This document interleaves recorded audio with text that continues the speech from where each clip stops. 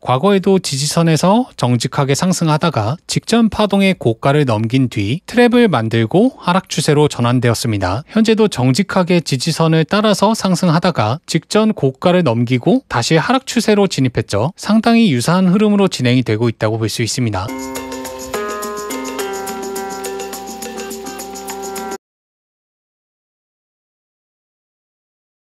네, 안녕하세요. 폰크입니다. 오늘은 제가 위가 안 좋아서 영상을 안 찍을 예정이었는데요. 오늘 오전 급격하게 하락하면서 영상을 요청하시는 분들이 많으시더라고요. 그래서 영상을 녹화하게 됐고, 다만 대본이 없어서 내용이 뒤죽박죽일 수 있다는 점 양해 부탁드릴게요. 일단 복귀 먼저 할게요. 아시다시피 지난주 영상은 총 2개였고 두 영상 모두 숏 관점이었죠. 일단 월요일 관점은 64.9K에서 숏을 잡는 관점, 64.9K에선 하락하긴 했습니다. 그리고 목요일 영상도 하락 관점이었고, 다만 64.9K까지 다시 상승할 경우엔 본절 로스를 치는 관점이었습니다. 그러니까 정리해서 말하면 64.9K에서 숏을 잡고 다시 돌아와서 본절 로스가 나간 상태죠. 이어서 텔레그램의 새로운 저항 가격을 업데이트했습니다. 64.9K, 65.6K, 66.9K에서 분할로 숏 포지션 진입, 현재 해당 가격에서 저항을 받고 깊게 빠지고 있죠. 아직까진 관점대로 가고 있다고 볼 수 있습니다. 복귀는 여기까지 할게요. 이어서 오늘 관점의 근거를 말씀드리겠습니다. 현재 이번 상승이 급격한 상승 파동의 초반이라고 주장하시는 분들이 많기 때문에 앞서 발생했던 급격한 상승 파동과 직선 비교를 해볼게요. 23년 1월 점점 더 지지선을 끌어올리면서 시간의 흐름에 따라서 가파르게 상승했습니다. 이어서 3월달 마찬가지로 시간의 흐름에 따라서 가파르게 상승했죠. 따라붙을 수 없는 속도로요. 23년 6월달도 마찬가지였습니다. 지지선의 각도가 점점 더 가팔라지고 따라붙을 수 없는 속도로 빠르게 상승했습니다. 작년 10월달도 같은 그림으로 진행이 되었습니다. 올해 초상승장도 지지선을 점점 더 가파르게 상승하면서 시간의 흐름에 따라서 각도가 가팔라졌습니다. 자, 현재 시점을 볼게요. 현재는 지지선을 점점 더 가파르게 올리지 못하고 기존 추세선을 계속해서 테스트하고 있는 모양새죠. 제가 보기엔 분명히 이전 상승 추세와는 좀 다른 형태로 진행이 되고 있습니다. 두 번째 근거로 이평선을 볼게요. 이 노란색 선은 반년선이고요. 파란색 선은 200일선입니다. 현재 이평선을 돌파하긴 했지만 장대 양봉이 아니고 그마저도 캔들이 꺾이면서 이평선 부근까지 내려오고 있죠. 이런 경우 트랩을 만들 가능성이 있습니다. 자, 과거 차트를 한번 볼게요. 이평선을 이런 장대 양봉으로 돌파한 다음 테스트 없이 가파르게 상승해야 진짜 상승 추세라고 볼 수 있습니다. 이때도 장대 양봉으로 돌파하고 별다른 테스트 없이 가파르게 상승했죠. 이번에도 장대 양봉으로 돌파하고 굉장히 가파른 각도로 상승했습니다. 그에 비해 현재는 장대 양봉으로 돌파했다고 보기엔 좀 무리가 있죠. 만약 다시 돌아와서 이평선을 테스트했을 때 종가로 지지해주지 못한다면 더 깊게 하락할 가능성이 높습니다. 이어서 주봉 이평선을 볼게요. 해당 이평선을 종가로 돌파하긴 했지만 만약 이번 주 캔들의 종가가 이평선 밑에서 마감할 경우 직전 저가를 경신하고 하락할 가능성이 있습니다. 앞서도 종가로 돌파하고 다시 이평선 밑으로 내려간 뒤 직전 저가를 경신했죠. 21년도에도 이평선을 종가로 돌파하고 다시 하락 돌파한 다음 저가를 경신했습니다. 20년도에도 종가를 돌파하고 다시 하락 돌파한 뒤 직전 저가를 경신했습니다. 이제 주봉이 만들어졌기 때문에 아직 하락을 논하기는 이르지만 만약 이평선 밑에서 마감할 경우 직전 저가를 경신할 가능성이 있습니다. 이어서 보조 지표를 볼게요. 가장 먼저 CCI, 다음으로 볼린저 밴드 %B, 마지막으로 RSI를 볼게요. 해당 지표들이 전부 과매수되면 조정이 나오는 경향이 있었습니다. 지난 7월 달에도 지표가 전부 과매수되고 큰 조정이 있었습니다. 8월 달에 도 과매수 조정이 있었습니다. 현재도 전부 과매수 구간에 진입했고 마침 캔들이 꺾이고 있죠. 과거와 유사하게 흘러갈 가능성이 있습니다. 이어서 프랙탈을 볼게요. 왼쪽은 22년도 3월달 차트고요. 오른쪽은 현재 차트입니다. 한번 비교해 볼게요. 두 번의 파동으로 깊게 하락했고 마찬가지로 현재도 두 번의 하락 파동으로 깊게 하락했습니다. 그리고 반등, 마찬가지로 반등했습니다. 그리고 깊게 하락, 오른쪽도 깊게 하락했죠. 그리고 다시 한번 반등, 과거에도 반등했습니다. 그리고 문제의 이 부분이 가장 닮았는데요. 이전에 흐름이 비슷한 건 이해했으니 이 부분을 확대해 볼게요. 과거에도 지지선에서 정직하게 상승하다가 직전 파동의 고가를 넘긴 뒤 트랩을 만들고 하락 추세로 전환되었습니다. 현재도 정직하게 지지선을 따라서 상승하다가 직전 고가를 넘기고 다시 하락 추세로 진입했죠. 상당히 유사한 흐름으로 진행이 되고 있다고 볼 수 있습니다. 마지막 근거로 CME 갭을 볼게요. 댓글에 지적해 주신 것처럼 CME 갭을 안 채우는 케이스도 분명히 있습니다. 하지만 안 채우 채운 것보다 채운 케이스가 압도적으로 더 많기 때문에 우리는 확률 높은 것을 택해야겠죠. 이번이 그 가뭄에 콩나듯 나오는 CME 갭을 안 채우는 자리가 될 거라는 보장이 없잖아요. 그렇기 때문에 53.6K 이하로 하락할 가능성이 있다고 보는 게 맞습니다. 자, 오늘 근거를 요약해 볼게요. 과거 상승장에서는 점점 더 지지선을 가파르게 끌어올리면서 상승한 반면에 현재의 상승장은 지지선을 정직하게 따라가고 있습니다. 이평선을 돌파하긴 했지만 장대 양봉으로 돌파하지 못했고 그마저도 캔들이 꺾여서 이평선을 테스트할 가능성이 있습니다. 아직은 논하기 이르지만 주봉 캔들이 이평선 밑에서 마감할 경우 직전 저가를 경신할 가능성이 있습니다. 추세 지표와 변동성 지표, 마지막으로 상대 강도 지표 모두 과매수에 진입했습니다. 현재 상당히 유사하게 흘러가는